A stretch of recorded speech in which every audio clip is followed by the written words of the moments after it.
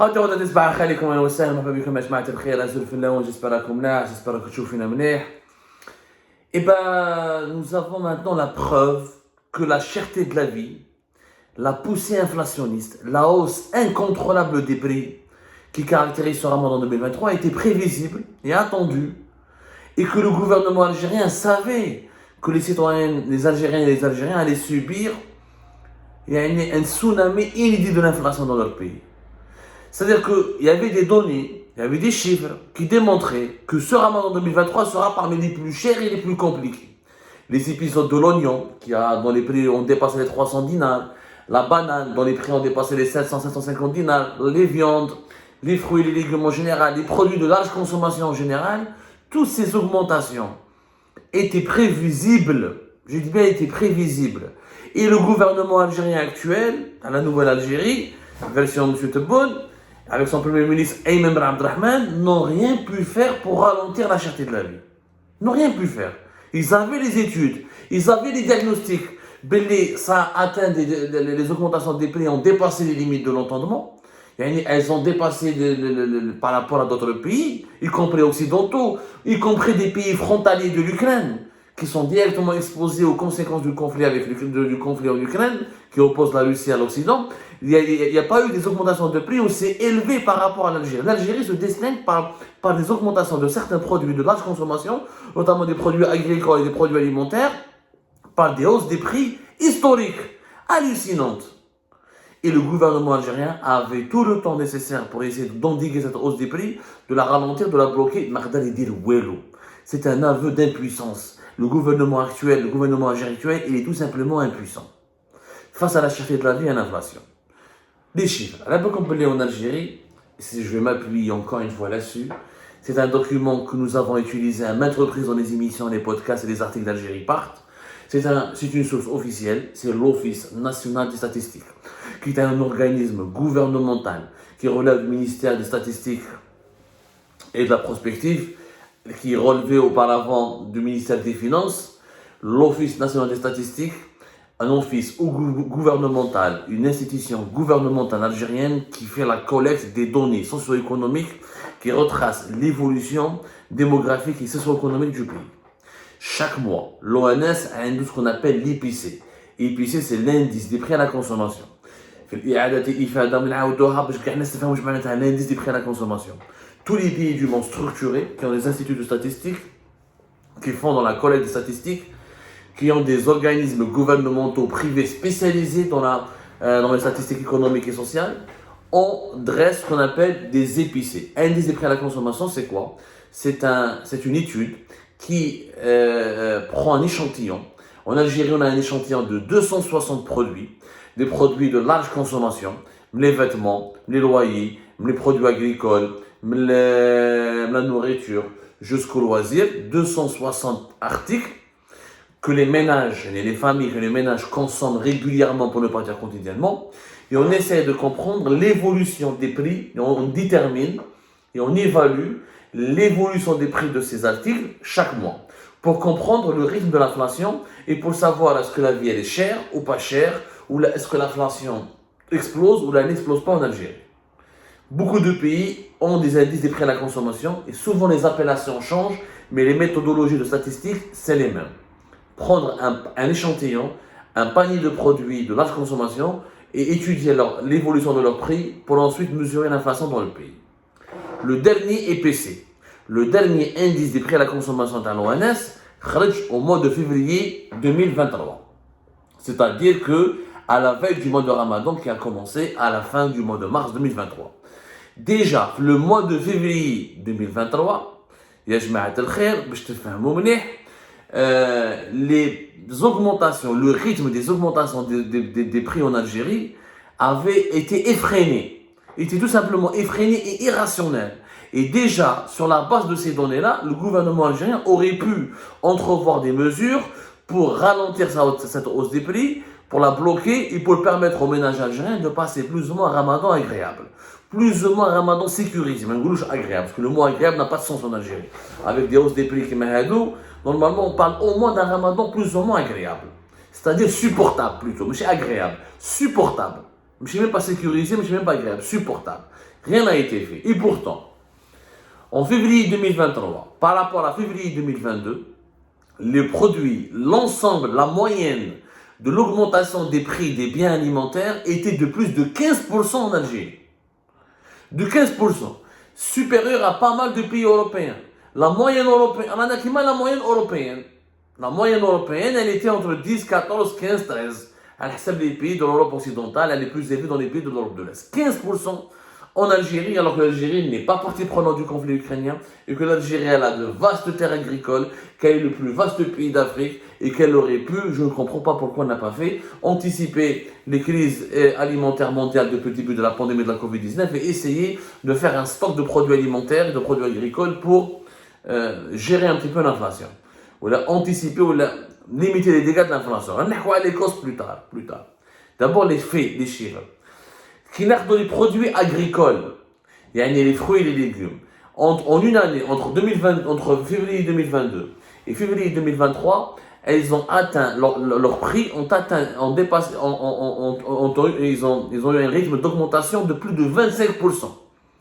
25,5%, c'est une moyenne. Il y a en une année, de février 2022 à février 2023, en février 2023, à la veille du Ramadan 2023, les produits agricoles, qui mettent les fruits et les légumes, le rythme de leur augmentation des prix a dépassé les 25,5%. La viande, par exemple, la viande et les moutons, la viande, par exemple, et les abats, c'est 45,2% d'augmentation des prix entre février 2022 et février 2023. Ce ne sont pas mes chiffres, ce ne sont pas les chiffres de Abdou Sammar, les Algériens partent, ce sont les chiffres de l'ONS, l'Office national des statistiques, une institution et un organisme gouvernemental rattaché directement au gouvernement algérien à travers un ministère, celui des statistiques et de la prospérité, comment il s'appelle en Algérie? Des ministères avec le ministère des statistiques.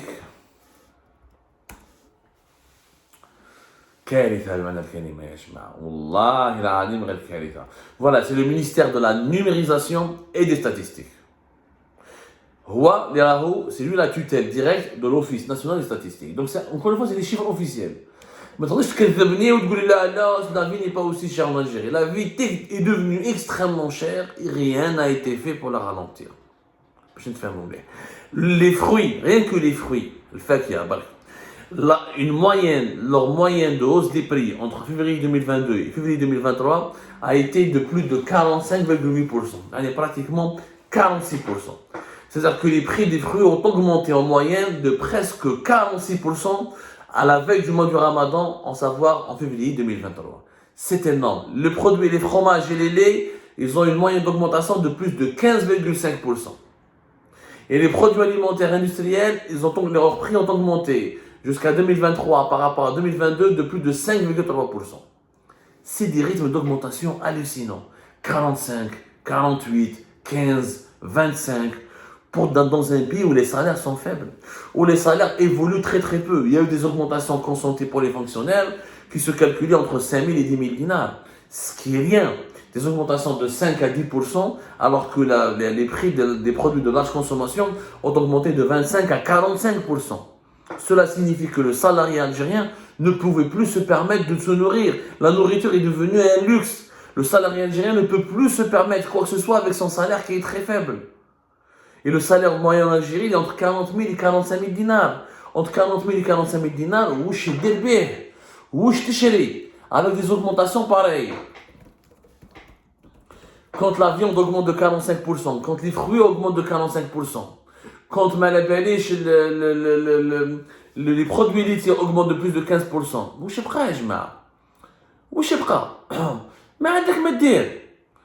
c'est une situation franchement catastrophique qui a été prévisible encore une fois et le gouvernement algérien n'a rien fait.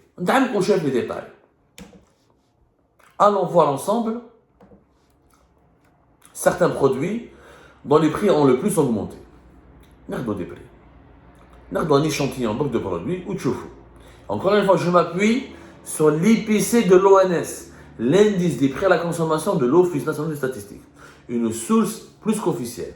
La viande de mouton a augmenté en une année, à la veille du mois du Ramadan, février 2023, de plus de 47,12%. La viande de mouton. La viande hachée, 27%. Le poulet, 29,5%, presque 30%. Les œufs ont augmenté de 24%, presque 25%. Le beefsteak, le bœuf, 35%, presque 36%. La sardine, ça va stable. Le poisson, le rythme d'augmentation des poissons a toujours été entre 4 et 5%. Mais à part le merlan, etc., dont les prix ont augmenté de plus de 17% en février 2023 par rapport à février 2022. L'oignon et les prix de l'oignon ont augmenté de 99%. Il y a 100% d'augmentation pour les prix de l'oignon entre février 2022 et février 2023. Donc, il était prévisible qu'au mois de Ramadan, le prix de l'oignon allait exploser. Alors, puisqu'au mois de février, déjà, les prix de l'oignon ont subi une augmentation de presque 100% par rapport à février 2022. Toutes ces statistiques auraient pu permettre au gouvernement algérien de mettre en place des mécanismes pour ralentir la cherté de la vie. Et on va parler de ces mécanismes tout à l'heure. Parce qu'on apporte le problème et on essaie aussi de proposer des solutions. La salade laitue, elle a augmenté de plus de 25%. La tomate a augmenté de plus de 26%. Le citron a augmenté de plus de 44%. L'orange a augmenté de plus de 66%. La clémentine a augmenté de plus de 44%. La mandarine a augmenté de plus de 71%. Etc. La figue sèche, les figues sèches ont augmenté de plus de 45%. Il y a la moyenne des produits alimentaires les plus consommés en Algérie, leur moyenne d'augmentation des prix entre 2023, entre février 2022 et février 2023, à la veille du Ramadan, était justement de 45 à 50%. C'est énorme dans un pays où le salaire moyen, il est de même pas 250 euros. Le salaire moyen, c'est l'équivalent entre 250 et 300, même pas 244 euros à peu près. Dans un pays très cher.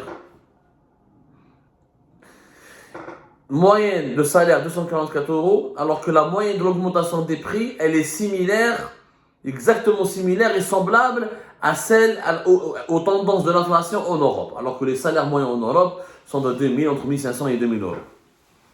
Comment on peut vivre en Algérie? Comment on peut vivre dignement en Algérie? La réponse elle est simple, c'est impossible de vivre dignement en Algérie. C'est devenu impossible de vivre dignement en Algérie avec des augmentations pareilles et incontrôlables et effrénées, ce n'est pas possible. Est-ce qu'il y avait des solutions? Oui, il y avait des solutions. Lesquelles? Le plafonnement des prix. On aurait pu tester plafonner, on aurait pu prendre un panier, on aurait pu faire Kimadero dans les pays européens, plafonnement des prix de l'inflation, dans beaucoup de pays, non, en France, le plafonnement des prix, on prend un certain nombre de produits agricoles, des fruits et des légumes essentiels pour la santé humaine, pour la consommation traditionnelle algérienne, certains types de viande, et on aurait pu plafonner leur prix. Plafonner leur prix, c'est-à-dire on demande aux commerçants de ne pas dépasser ce prix. Par exemple, on aurait pu s'entendre avec le secteur du commerce pour que l'augmentation des prix ne dépasse pas 4-5% pendant le Ramadan. Le reste, le coût, il est pris en charge par l'État.